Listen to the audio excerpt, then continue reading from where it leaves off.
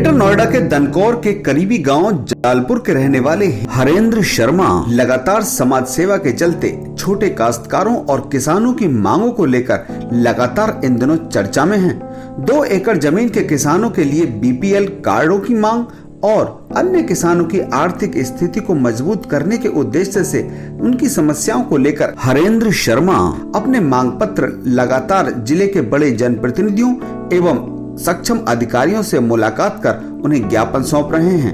उनका कहना है कि छोटे किसान अपनी आर्थिक समस्या से ऊपर उठें, अपनी आर्थिक स्थिति से ऊपर आएं, इसके लिए उनका प्रयास जारी है।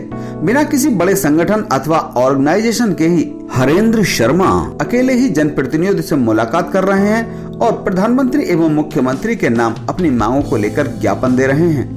आज हरेंद्र शर्मा ने जीवर प्रेस से इस मामले को लेकर अपनी बात कही। दोस्तों, मेरे साथ बिलासपुर क्षेत्र से आए हुए हरेंद्र शर्मा इस वक्त मौजूद हैं, जो कि किसानों के लिए, जो कम भूमि वाले किसान हैं, उनके लिए बीपीएल की सुविधा जैसी अन्य कई समस्याओं को लेकर आवाज़ उठा रहे हैं। बात करेंगे हरेंद्र शर्मा से। शर्मा जी, बहुत बहुत स्वागत है आपका।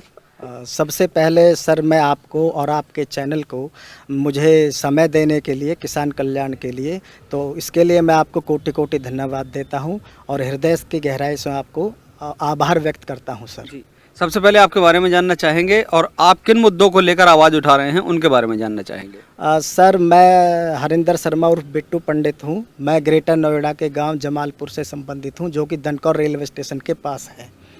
सर, मैं पिछले कई सालों से महिला सशक्तिकरण, युवा सशक्तिकरण, बाल बुजुर्ग और किसानों के आर्थिक सशक्तिकरण के लिए भारत सरकार और प्रदेश सरकार को व्यक्तिगत रूप से भी, जिलाधिकारी जी के माध्यम से भी और स्थानीय सांसद डॉक्टर महेश शर्मा जी के माध्यम से भी भारत सरकार और प्रदेश सरकार को अवगत करा रहा हूँ।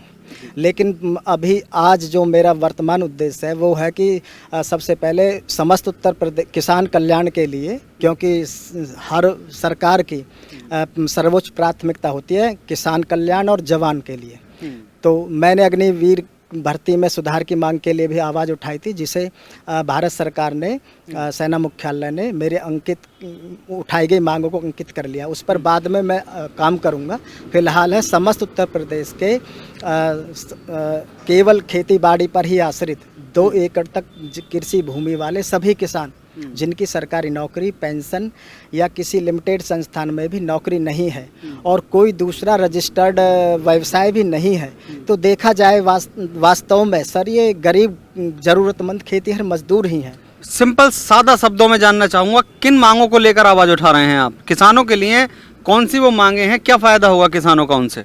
जो 2 एकड़ तक कृषि भूमि वाले किसान हैं सर, 2 एकड़ मतलब 10 बीघा जमीन जिनके पास है, तो प्रारंभिक तौर पर प्रदेश सरकार इनको बीपीएल की सूची में शामिल करके इनके बीपीएल कार्ड बनवाने का आदेश जारी करे, जिससे इन्हें भारत सरकार और प्रदेश सरकार की सभी जन कल्याणकारी योजनाओं का लाभ प्राप्त हो सके, जैसे राशन संबंधित योजना, प्रधानमंत्री आयुष्मान भारत योजना या मुख्यमंत्री जन आरोग्य योजना और किसी अन्य काम को करने के लिए इन्हें किसी भी सरकारी बैंक से सस्ती ब्याज दर पर ऋण लाभ की प्राप्ति हो सके सर। पहला मामला मुद्दा तो ये है प्रदेश सरकार के। ठीक है। दूसरा? और दूसरा है जो मैंने आर्थिक सशक्तिकरण के लिए प्रधानमंत्री जी और मुख्यमंत्री जी से मांग करते हुए कहा है कि समस्त उत्तर प्रदेश के किसानों के आर्थिक सशक्तिकरण के लिए मुख्यमंत्री किसान सम्मान योजना लागू करने की मांग करते हुए मैंने कहा है कि आज वर्तमान समय में दैनिक उपयोग में काम आने वाली खाद्य संबंधित और कृषि संबंधित वस्तुओं पर बढ़ती महंगाई के कारण प्रदेश के सभी गरीब जरूरतमंद किसानों को सालाना स्थायी रूप से आर्थिक डोज दिए जाने की अति आवश्यकता है। इसलिए जिस प्रकार ओडिशा सरकार कालिया योजना के तहत और तेलंगाना सरकार भी रायथू बंधु योजना के तहत अपने राज्य के सभी गरीब जरूरतमंद किसानों को प्रतिवर्ष 10,000 रुपये 2 किस्तों में देती है, उसी प्रकार उत्तर प्रदेश में भी गरीब किसान कल्याण हेतु प्रदेश के सभी गरीब जरूरतमंद किसानों को कृषि ज़रूरतों की पूर्ति के लिए, आय में वृद्धि हेतु, इन्हें आर्थिक रूप से ताकत देने के लिए प्रधानमंत्री किसान सम्मान निधि योजना की तरह मुख्यमंत्री किसान सम्मान निधि योजना प्रतिवर्ष 6,000 रुपये किसानों के खाते में दिए जाएं और यह सम्मान निधि केवल उन किसानों को ही दी जाए जो केवल खेती बाड़ी पर ही आश्रित हैं, यानी जिनकी सरकारी नौकरी बिल्कुल भी नहीं है सर। लेकिन ऐसा होता है हरेंद्र भाई, क्या होता है कि कोई किसान है और उसके 3 बेटे हैं और एक बेटा मान लीजिए सरकारी नौकरी में है, तो वो सरकारी नौकरी वाले को तो अलग रख देते हैं, बाकी वो अपने आप को किसान और गरीब दिखाते हैं और अपने जो 2 बचे हुए बेटे हैं उन्हें गरीब दिखाते हैं। तो क्या फैमिली में अगर किसी को सरकारी नौकरी है वो भी इस श्रेणी में शामिल हो, या फिर जो सरकारी नौकरी किसी को मिल गई उसे छोड़ दिया जाए? नहीं सर, ये जो प्रधानमंत्री किसान सम्मान निधि योजना है तो वो केवल उनको मिलती है जो 10,000 रुपये तक की जो सरकारी पेंशन है जिनकी सरकारी, उससे ऊपर के ये किसान सम्मान निधि नहीं मिलती। लेकिन मैंने इस पे भी आवाज़ उठाई थी, मैंने कहा है कि जिनकी सरकारी पेंशन बिल्कुल भी नहीं है, जो केवल खेती बाड़ी पर ही आश्रित हैं, उन्हीं को ये जो मुख्यमंत्री किसान सम्मान निधि उन्हीं को दी जाए ताकि उनका आर्थिक सशक्तिकरण उसी अनुपात में कुछ सुनिश्चित हो सके। अच्छा, इस जो आपकी 2 मांगे हैं कि भाई एक तो जो 10 बीघा तक वाले किसान हैं और उनके घर में कोई सरकारी नौकरी नहीं है, उनके लिए आपने मांग की है बीपीएल की। इसके अलावा सभी किसानों के लिए जिनके पास नौकरी नहीं है उनके लिए भी आर्थिक सशक्तिकरण।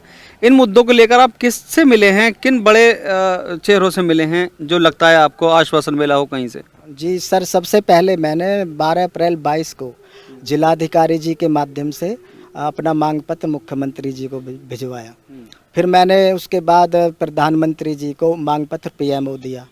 उसके बाद फिर मैंने स्थानीय सांसद डॉक्टर महेश शर्मा जी को भी इस संबंध में मांग पत्र दिया है, जिसे उन्होंने जिलाधिकारी जी के माध्यम से ही प्रदेश सरकार को भिजवा दिया है सर। लेकिन अभी इन दोनों ही मामलों पर ना तो कोई कार्रवाई हुई है, ना मुझे कोई जवाब दिया गया है।